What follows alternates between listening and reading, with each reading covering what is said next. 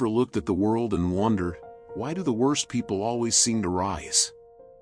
Why is it that the loudest, the cruelest, the most ruthless among us end up with the most power, while the kind, the honest, the thoughtful are left behind, crushed by systems they don't know how to fight? It's not just bad luck. It's not a glitch in the system. According to Friedrich Nietzsche, it's the system itself.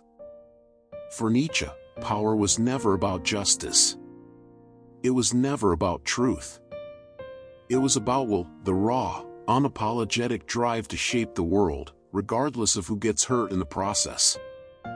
And once you understand that, the world starts to make sense in a terrifying new way. Nietzsche didn't believe in comforting illusions. He didn't believe that good always wins or that evil is punished. He believed that most people lie to themselves, because the truth is too dangerous, too uncomfortable, too real. But he didn't turn away from it. He walked straight into it. This is not a video about how to be successful. This is a video about why success often has nothing to do with virtue. In the next 7 chapters, we're going to explore Nietzsche's most explosive ideas about morality, power, conformity, and why some of the worst people rise to the top. But more importantly, we'll ask, what can you do once you see the game for what it is? Because Nietzsche didn't want you to give up. He wanted you to wake up. Let's begin. We like to believe the world rewards the good, that if you're honest, kind, and fair, you will rise. That morality is not only right, it's effective. But Nietzsche didn't buy it. He saw morality not as some universal truth, but as a construct, a story we tell ourselves. And like most stories, it's designed to comfort, not to reveal. And on the genealogy of morality, Nietzsche makes a radical claim: what we call goodness wasn't always good. In ancient times, he says, the powerful didn't ask whether their actions were moral. They acted. They conquered. They created. And their strength was seen as noble, even divine. But something changed. The weak, unable to match that power, rewrote the rules. They branded strength as evil, and called their own weakness virtue.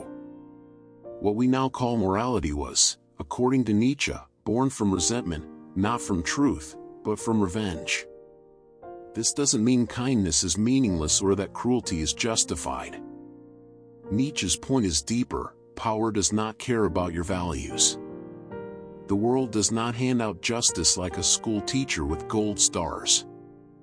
It responds to force, to presence, to will.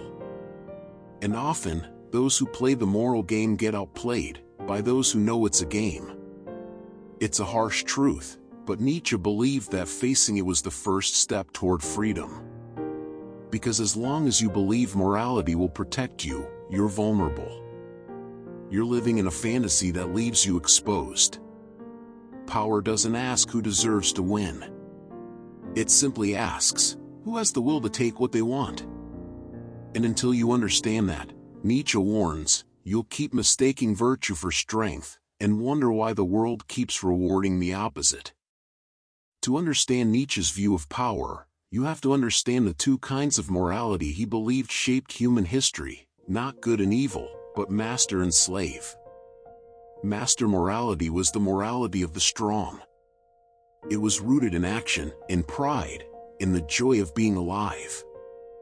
The noble man, Nietzsche said, didn't ask for permission to exist. He affirmed himself. He called what was powerful good and what was weak bad, not out of cruelty, but because it was self-evident. Strength was beautiful. Courage was sacred. Life, in all its intensity, was to be celebrated. But those without power, the ones who were dominated, oppressed, humiliated, they didn't forget. They remembered every wound. And in their helplessness, something began to grow: resentment. Nietzsche called it ressentiment, not just anger, but a deep, festering hatred that couldn't express itself directly. So it turned inward. It created a new morality, a reversal of values. Now humility was called virtue.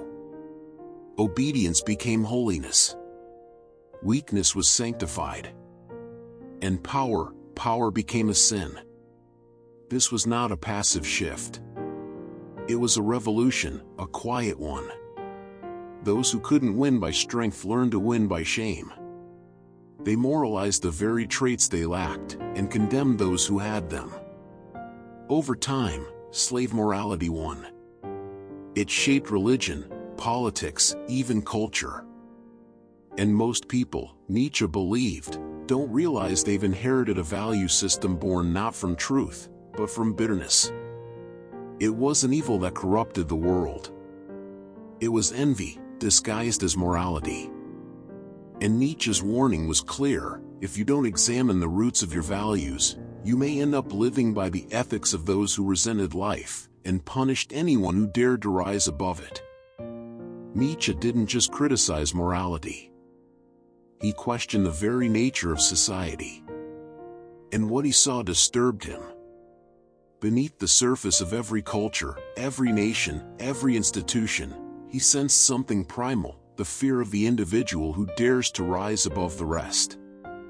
He called it the herd instinct, the silent agreement we all feel, often without knowing it, to blend in, to be safe, to conform. In the herd, you're protected, but only as long as you don't stand out. Because the moment someone dares to think differently, to live with too much intensity, to speak too freely, they become a threat. Not because they've done something wrong, but because they remind the herd of everything it doesn't want to face. Nietzsche believed the crowd doesn't hate greatness because it's evil. The crowd hates greatness because it's honest, because it reveals, by contrast, how small most lives have become. The herd resents the one who questions, who creates, who refuses to bow. And so it punishes him, not always with violence, but often with mockery, with silence, with the quiet, invisible tools of shame. He saw this dynamic everywhere: in politics, in education, in religion. The slow grinding down of originality in favor of what is useful, obedient, controllable. And he warned that in a world ruled by the herd, mediocrity would be treated as morality, and excellence as arrogance. But to Nietzsche, the goal of life wasn't to be accepted, it was to become what you are. Even if it means being alone. Even if it means being hated. Because the price of blending in is your soul. And the price of standing out is freedom. Forget survival. Forget happiness. Nietzsche believed that beneath every human thought, desire, and action lies something deeper, something darker. He called it the will to power. This wasn't just the desire to dominate others. It was the raw inner force that pushes every living thing to grow, to assert itself, to expand beyond its limits. Plants reaching for the sun. Artists creating against all odds. Thinkers breaking through old ideas. All of it, Nietzsche said, is the will to power in motion. But here's the twist: most people don't recognize it. Because the will to power doesn't always look like strength. It often hides behind masks. Some pursue power through politics. Others through art. Others through morality or even self-sacrifice. Nietzsche believed that even the saint who denies himself, suffers, obeys, might be exerting power in a more subtle form. Power doesn't vanish just because someone acts humble. Sometimes, it becomes more dangerous when it hides. This is where Nietzsche's genius cuts deepest. He saw that power isn't just out there, in governments and corporations. It's in you. It's the part of you that wants to rise above who you were yesterday. The part that refuses to be tamed. The part that says, I will create my own meaning, even if the world gives me none. But most people suppress it. They trade their inner force for comfort. For safety. For approval. Nietzsche wasn't asking you to dominate others. He was asking you to stop lying to yourself, to stop pretending you're weak. Because somewhere inside you, there is a will, not to obey, not to survive, but to become. And until you awaken it, you'll live by borrowed values, in a life that never truly felt like yours. Nietzsche never said the worst people look dangerous. In fact, the ones you should fear the most are often the ones who speak of justice, morality, and the greater good. Not because those ideals are false, but because they can be used. Power, when naked, is obvious. But when it puts on a mask, when it speaks in the language of compassion, fairness, or salvation, it becomes something far more insidious. Nietzsche saw that some of the most ruthless individuals hide behind virtue. Not as a shield, but as a weapon. They don't conquer by force. They conquer by claiming they're saving you. He called it the priestly type, not just literal priests, but anyone who gains control by defining what is good and evil for others. These are the moral architects of society, the ones who decide what should be admired, what should be condemned, and who should be cast out. They rarely raise their voices. They don't need to. Their power lies in suggestion, in guilt, in shaping the conscience of the masses. And here's the danger: once you believe someone is virtuous, you stop questioning them. You hand them authority, thinking you're obeying goodness itself. But Nietzsche warned, those who speak most of morality are often those who have mastered the art of manipulation. True evil doesn't look like a monster. It looks like a savior. It speaks softly, but binds tightly. It doesn't demand obedience, it convinces you that obedience is the highest good. Nietzsche didn't tell us to abandon morality. He told us to watch it, to ask, who benefits when this is called good? Because if you never ask that question, the worst people won't need to take power, you'll give it to them, gratefully. Nietzsche never said good people don't exist. He simply pointed out that the world is not built for them. In a society ruled by appearance, competition, and hidden power games, decency is often a disadvantage. The kind hesitate. The honest speak plainly.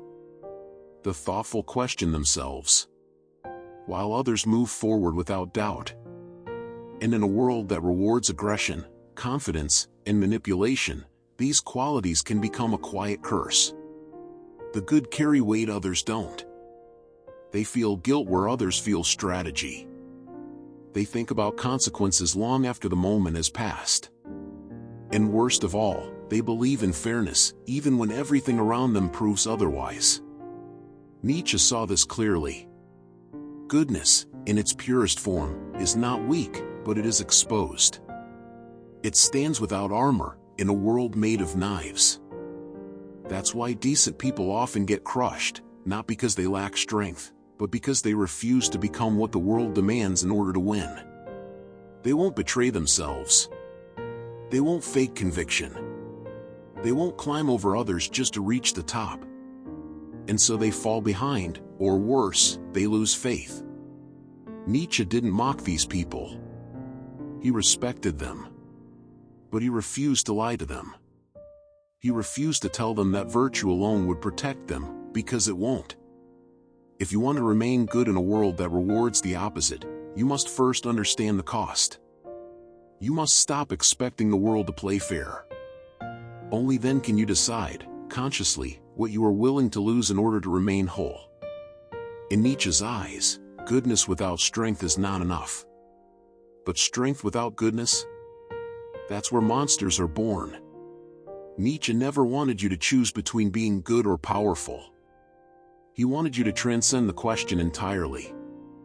In his later work, especially Beyond Good and Evil, he dismantles the moral categories we cling to, good, bad, right, wrong, and invites us into something far more dangerous and far more honest. The creation of our own values. Not borrowed. Not inherited. Not imposed. Created. To live beyond good and evil is not to reject morality, it is to outgrow it. To stop living by rules designed to control you, and start living by principles that reflect who you really are. It's the most terrifying freedom imaginable. Because once the old structures fall away, you can no longer blame them. You stand alone, without excuses. And every action, every word, becomes a reflection of your will. Most people never make it that far. They cling to ready-made systems. Because freedom means responsibility. It means facing the weight of your choices, without hiding behind tradition or approval. But Nietzsche believed this burden is the beginning of real strength, the kind that doesn't dominate others, but refuses to be dominated. He called this kind of person the ubermensch, the one who dares to shape meaning from chaos. Not a tyrant, not a ruler, but someone who has mastered themselves. Someone who doesn't need the world's permission to live truthfully. The worst people succeed, because they understand the game of power. But Nietzsche wanted something more. He wanted you to leave the game entirely. Not to become like them, but to become yourself. Not a pawn. Not a tyrant. A creator.